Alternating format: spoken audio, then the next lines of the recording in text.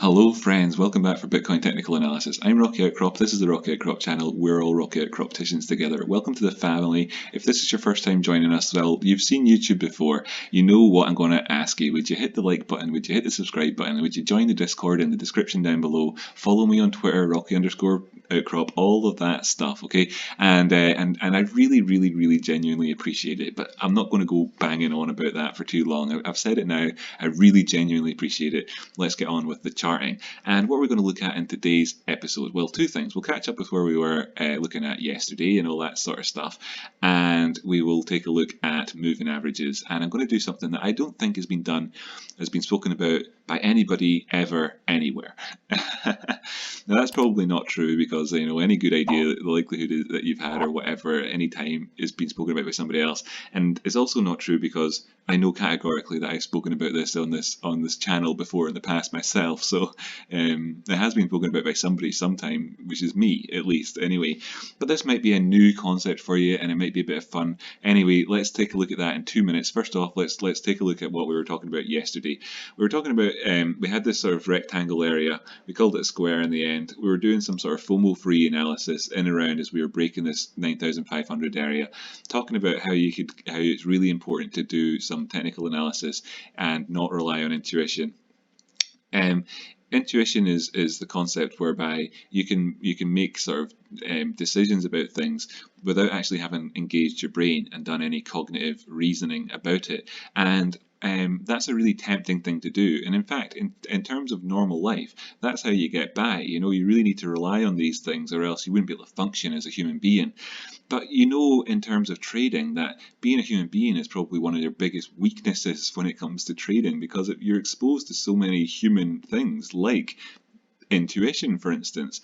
And what happens with people, especially people who are not brand new, you may be okay. Actually, maybe even in your own history, you might remember at some point maybe you were trading for a few months and you've been trading for a while and everything's going well and you're making better and better decisions. Then suddenly you log in one day and everything just seems to make sense to you on the chart. All of a sudden, you make a decision, it goes drastically wrong, you lose some money, and you look back at the charts and you think, how did that happen? Well, quite often that's because people rely on their intuition and they start thinking, that they don't need to do the TA.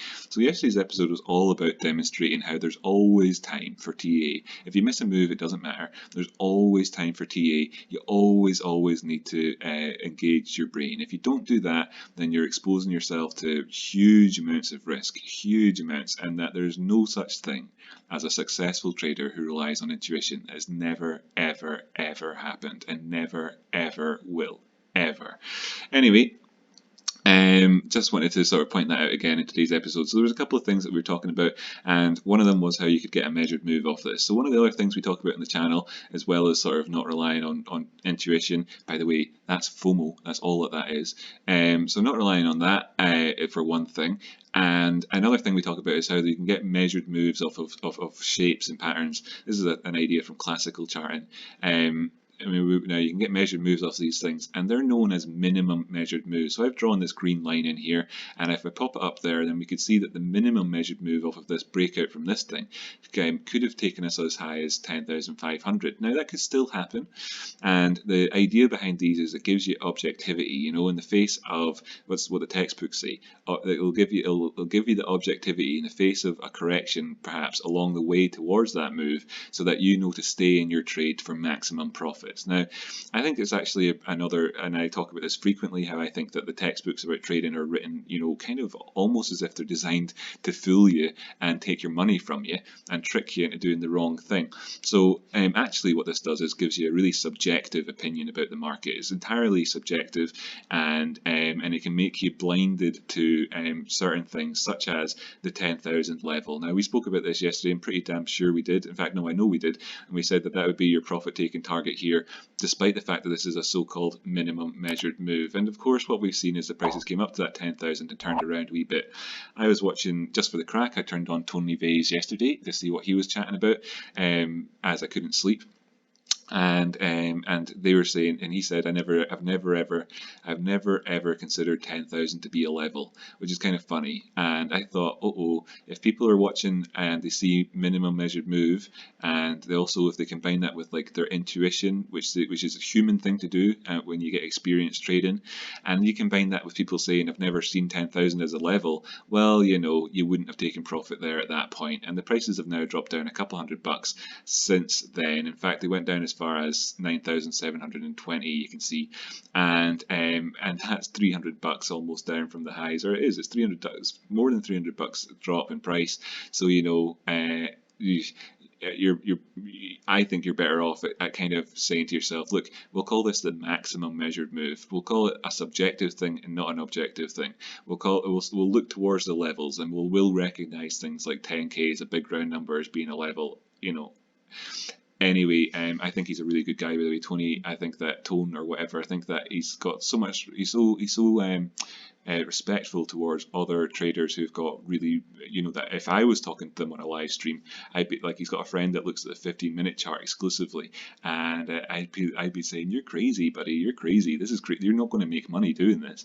But he's so nice about it, you know, and that's interesting. He's also got a friend who looks at Fibonacci's there, that's just yesterday's episode, who says things like how he doesn't use the 50% Fibonacci retracement because he doesn't see any value in it at all. And I think that was funny, you know, because all it takes is little things like if you draw a Fibonacci in here from the tops down to the lows in December, and you look to where the 50% is, you can see that up and around this high here, it came up to the 50%, it retraced. So many obvious things like that, and he's just dismissive of it. But Tone is like, oh, that's interesting and stuff. And I think, well, that's a really admirable quality about somebody. So like, I've got a lot of respect for that. But anyway, he did say these things yesterday, and I thought, oh, I hope none of the Rocky Outcropticians are watching that right now during the price action right now, because, you know, there's probably going to be a $300 drop coming in here.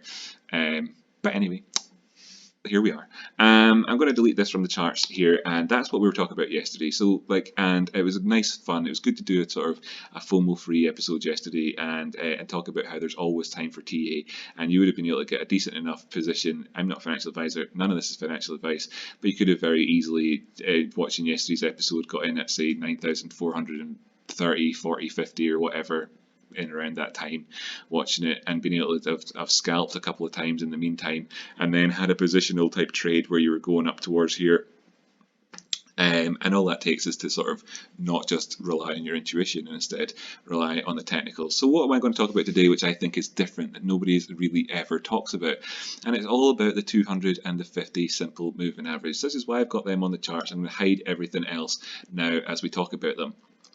There's a few things that subscribers know about, for instance, how there's this upward movement here in the 50 simple and why that's happening now here on these charts, given the sort of, you know, 50 periods ago is when this drop down was, yada, yada, yada. And we knew that there would be this very significant upward slope happening here. And that was all, you know, you could anticipate all of that. And we have done. So remember, like and subscribe, all that stuff. We do videos every single day. And we talk about sort of concepts like this. And my analysis, by the way, is designed to help to sort of fit in and integrate with whatever you're looking at without causing too many conflicts or anything like that. It's FOMO free, it's greed free, it's neutral, there's no bias here about direction or anything, because people have got, you know, very distinct biases sometimes about things. We avoid that, you know, consciously try to avoid that. What am I talking about? Yeah, so anyway, the 50 simple, so like, subscribe, all that crap. The 50 simple and 200 simple. Now there's a concept called the golden cross, and I just wanted to sort of remind everybody what the golden cross is. And the golden cross is whenever the 50 simple period moving average crosses over the 200 simple period moving average. And looking at the looking at the Bitstamp chart, this is a 24/7 Bitcoin cryptocurrency market, anything but traditional. You can see that there was a golden cross here, and there is a death cross here, a golden cross here, death cross here, etc., etc. And we know about that. But if we go over to the CME charts where they're traded Monday to Friday, we know that there was a death cross over here in December 2019, and there's been no crosses subsequently. Whereas we go over to the spot prices again, just to look, in December there was no death cross. In fact, that happened over here in October, and then afterwards there was two more crosses. You know, and you think to yourself, well, hold on a second. If this is traded Monday to Friday, and this is the golden cross or the death cross in this this instance, this over here, that was the death cross. And I'm saying the so many times because it's not a golden cross. If you look over to the normal charts and go down to the 12-hour time frame, you could say that we're about to have a golden cross on the 12-hour time frame, looking at the 50 simple crossing over the 200 simple, or you could say that we're about to have a golden cross of exponential moving averages. But of course, they're not the golden cross. They're not what people have talked about for however many, like 100 years or so. Of course, they're very significant things, and they're definitely worth looking out for, so definitely a good idea to look for them. But just talking about the actual terminology here, and I think that there's a conflict then exists between the world of traditional stocks and shares, where 50 simple is obviously 10 weeks, 200 is obviously 40 working weeks, and there's a dynamic there that exists because we know that 50 periods it goes back further than 50 days, whereas over here on the 24/7 markets, it's literally 50 period moving average on the 24-hour time frame is 50 days. 50, here it's 50 days of trading, but it's not 50 days ago from today. It's 10 working week, so there's a difference there, and that doesn't get spoken about by anybody. And in fact, I actually wanted to try and find out, so I googled this, and I didn't see anybody else talking about it. So as far as I'm aware, I'm the only person who talks about this, but whatever. Let me know if you've ever seen anybody else say it. Now, of course, just a reminder as well, when people say the death cross happened on the Dow Jones Industrial Average, then they're talking about the 20th of March 2020. That's everybody's chart's the same for that, and that's when that happened, and that's the working week concept again there. And again here on the S&P 500, you've got the 27th of March or so was when that happened, and that's the same on everybody's charts, and that's so that's the definitive article there. And the reason I'm saying that a lot is because that's a thing in English, and it's not in some other languages, like for instance Slavic languages. So hello, Russian friends. There's a difference between a and the, and this is the golden cross, whereas this is more actually akin to golden cross. And I thought, well, how about we take a look at this, look at the shapes of this here and how this all interacted, and try and get these moving averages on the charts here, and these the 24/7 charts, and bearing in mind that these have got weekends involved in them. And what would the maths be? So if it's 50 periods and you're including weekends, then that actually adds up to 70. And if it's 200 periods and you're including weekends, that adds up to 280. Correct me if I've got my maths wrong, but I think that's right. And let's kind of verify it. And lo and behold, you can see now that the moving averages are just the same as they are on the CME chart, which is interesting, and I think that this is something that's worth kind of bearing in mind. So the 200 simple then, if we're going to continue to call it that, despite the fact that it's actually now the 280 simple, but the 200 simple is coming in here and around that 8,491 level. And if we go down time frames and look as well, you can see that while there was about to be a golden cross on the 12-hour time frame before, now it's actually spread out a little bit further apart, and it's not actually just going to happen quite yet. And the death cross happened over here on the 20th of March and stuff like that. So if we go to the 2-day time frame, which is another interesting one, you can see that the 200 simple has actually been really flat for quite a long time. If we go back all the way to the 9th of November 2018, the 200 simple has only deviated away from this area by a matter of about $400 or so range on this 200 simple. It's since November 2018. It's really just sliding along here, and that's quite different to how it looks on the when you're if you've got it set up differently. So I thought that's kind of interesting, and over here you can see on the 2-day that there was a golden cross back here in July 2019, and we've had the price action come down, test the 200 simple a few times in around this inverted head and shoulders. And I'm saying again, this is at 200 simple because on the traditional charts on the 2-day time frame, if I go back to the actual 200 simple, you can see it's dramatically different. See the massive difference there when you go from including weekends to not including weekends. So I go essentially in terms of your concept of this, and I go back to 280 again, and see that it's flattened it right out. Anyway, so where is that at the minute? And that's down there at 7,219, and we're still under, in terms of the 2-day time frame, still under these sorts of so-called golden cross conditions. Of course, this isn't the golden cross; it's just a golden cross, because the golden cross is yet to happen here over on this time frame. So, and again, now I spoke about this as well in terms of the 17th of May or so being the time where we could expect to see on the CMEs this move towards the upside, and it's the same sort of concept. If we look back here from where we are now, we'd have to go back not 50 periods, we'd have to go back 70 periods. So that's what's over here now. That puts let's just draw a big old rectangle or something around that so we can see it better. Up here, so let's just sort of draw. Let's just say, oh no, of course, got the draw. I don't want that. Excuse me. Let's just have to do it without it. Can get the measuring stick back out. I just don't want all the noise on the chart there as we talk about this simple thing using simple averages. So going back 70 bars, that takes us back to 28th of February. So when I was saying as well that it's really important that the prices move above 9,200 area, it's because now we can see that for every candle that gets added on here, that drags the 50 simple towards the upside, because this is higher than over here. And if you're thinking about the average, you're taking one of these candles, this is part of the calculation, and you're taking it off. So you'd be taking one of these out and you're replacing that number with this one over here, which is higher than it, so it's going to pull it up. Whereas if it was lower than it, then it would continue to drag it to the downside, as we saw throughout this whole period over here. And that's just kind of like that's like interesting in terms of inflection points in the market and really important things to be bearing in mind. As in terms of if the prices are above this area for a particular period of time, what sort of impact would that have in terms of the sort of technical analysis on things?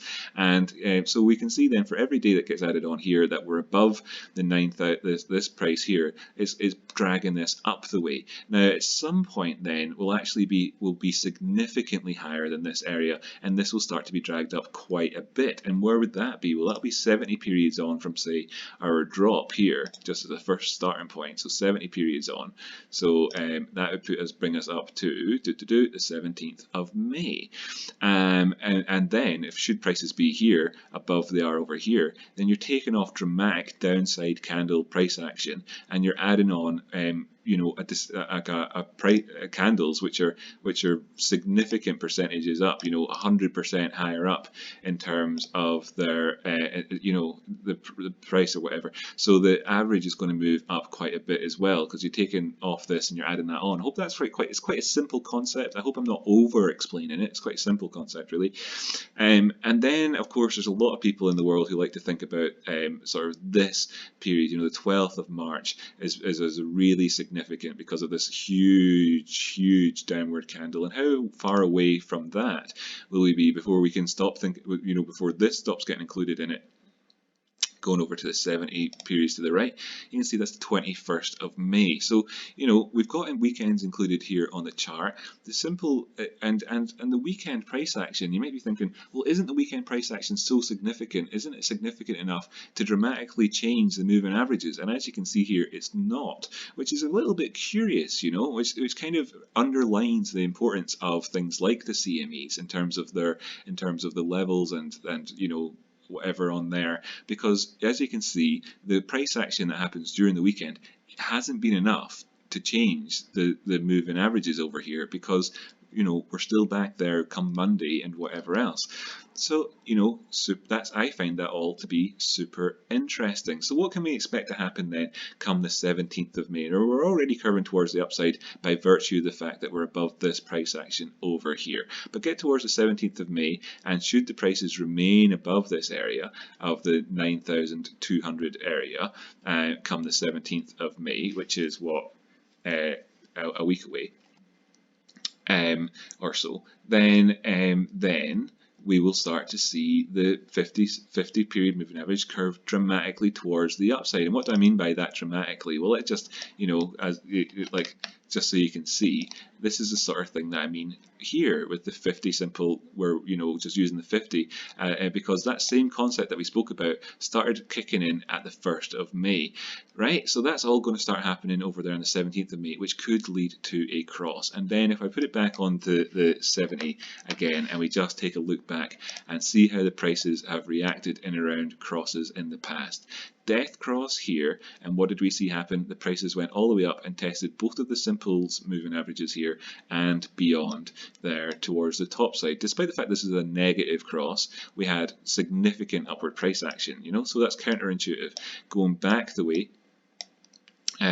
we had a golden cross over here. Now you could say, you know, we didn't come down and test both of these like we just did there now, but when this golden cross happened, when this happened, look at that candle that happened just afterwards. So what did we see happen? If I take the measuring stick out and measure down from that golden cross, we had a good solid 25% downward price action on the immediate time following the cross, and you know, several then times afterwards we eventually came down. And it is safe to say at some point in the future, you know, you will cross this period here.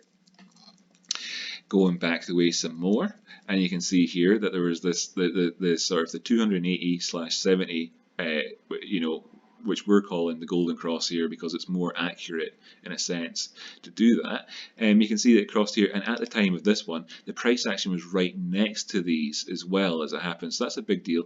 We're coming down, we're testing the 50 simple, and then we come down below it, and this is a death cross, of course. And what happens after the death cross, though? We have a significant enough price action towards the upside as we test not only the 50 but then the 200 simple thereafter. And the price action was close enough to these moving averages, which enabled it to test these things fairly rapidly thereafter, before, you know, continuing with what this sort of would indicate would be the trend, you know, thereafter, as in a lot of downward price action, because that was a death cross. If we go back the way again some more, you know, and these are significant things. You know, we're already back to 2015 now.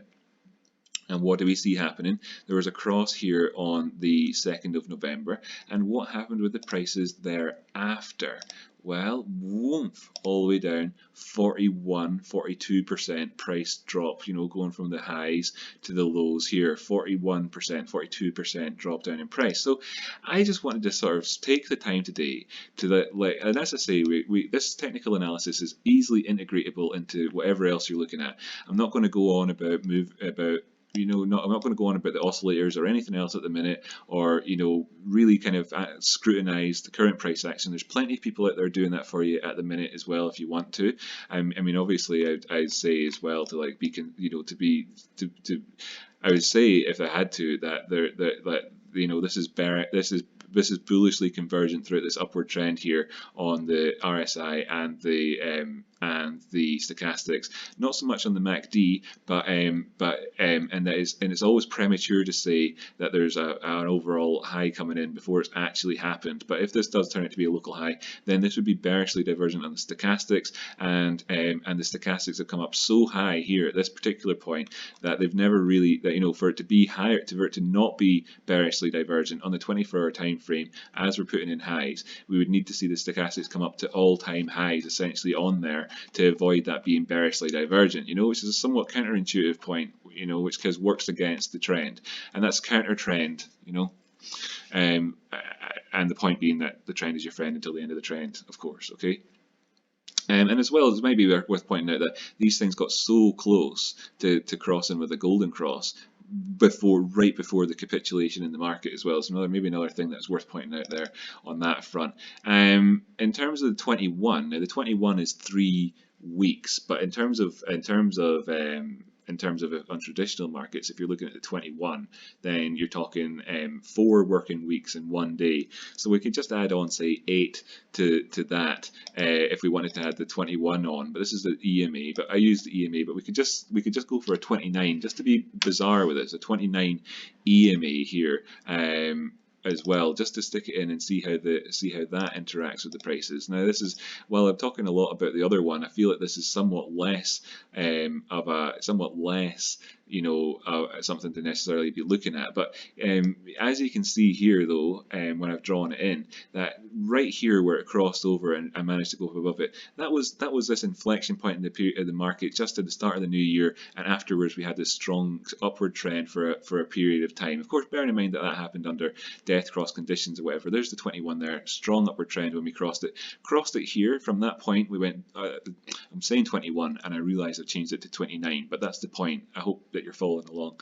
We crossed the 21 here, and then we had this strong downward trend. We actually came back up and retested it right here at the same time as the 200 simple before we had that down. So the 21 is is significant in that sense. Over here, I suppose in a sense like we on the channel were somewhat bullish, or I suppose in the prices, remember it's a new dawn, it's a new day, and I'm feeling good back then when we did that episode on the 13th of March and all the rest of it. But when we came up to here and the 1st of April and managed to cross above it, that was a kind of an important part of the market where you could have had a potential head and shoulders and whatever coming in around this sort of time. Could have seen some difficulties in the price action. Looking over at this price action over here on the left where we had the inverted head and shoulders, a lot of resistance around this area. So breaking up above it there and actually breaking above it has led to, from this point here, the 22nd of April, to the current price action we've had right now. Looking back the way, pardon me, here I think it speaks for itself again. Over here, it would drop down, and of course we broke below it here, but then as we were unable to get above it again, big drop down in prices, and you can see the interaction amongst this thing in a way that's maybe perhaps more clear than it is perhaps, than if I just had it on 21. Where maybe it's not quite as clear, maybe it is. It's very similar, of course it is, because it's a small period moving average, but it's maybe a little bit less like this. It's in and around the price action, is happening, in and around it, and there's less of this feeling perhaps of it just breaking it before like here. So this is all very curious to me, very interesting, and I think that's going to kind of wrap up the episode for today. I think that there's takeaways from these episodes that we do on a daily basis which do not conflict necessarily with your other TA, and really that's all I wanted to do for today's episode. Normally doing these episodes, by the way, if you're just joining me, I would be analysing the price action, talking about whether or not there's a potential for a pullback at any given point and all the rest of it in and around this area. I'd be mentioning the horizontal lines that we have in here. If we were to get a pullback down to sort of 8,900 would be the Alamo, where you've got this trend line too, you don't want to cross it. I'd readjust the speculative Fibonacci and talk about that if you did go past this line, that of course down here we see this having operated support in the past, that this 8,600 area would be the next area, yada yada yada. Talk about a whole bunch of stuff, and I kind of did there now really briefly, but I'll not go into any more detail. I think that kind of sums us up for today. I really appreciate you tuning in. I hope that this has been kind of interesting for you. Hopefully it's been fascinating. If you're curious as to whether or not anybody else ever talks about this, I did a wee search on the Google, and nobody ever talks about Golden Cross Crypto 7280. I think that's kind of is how I've looked for it. What we put in Bitcoin and put in those terms as well, and see if anybody's kind of talking about it. Value overbought. No, that's not it. That's not it. That's not it. You go down these pages and you can go, and believe me, you can go back, you can go down for quite a long time without seeing anybody talking about this. This is something that nobody talks about in the traditional world, and I also think that there's a benefit in a sense that you can get the benefits of looking at the Bitcoin. Now, of course, bear in mind that all of these moving averages are now not correct because I changed them for the 24/7 markets. This is a CME chart, but you can get the CME moving averages over here on your regular chart by doing just that there. That might be something that's worth having in terms of your armory out there. Final note would be the trend's your friend until the end of the trend. And the other thing is happenings coming up, fundamental changes. I expect volatility is definitely something that could happen. And let's see how the prices manage to evolve over the period running the run up to this potential Golden Cross post the sort of 17th of May, 21st of May increase in the trajectory on that. Thanks so much for tuning in. Share this video with a friend if you've got one that you think would like it. Discuss it. Tell me how you think of this in the comments down below. Tell me in the Discord, all that sort of jazz. Really appreciate you tuning in. Catch you next time.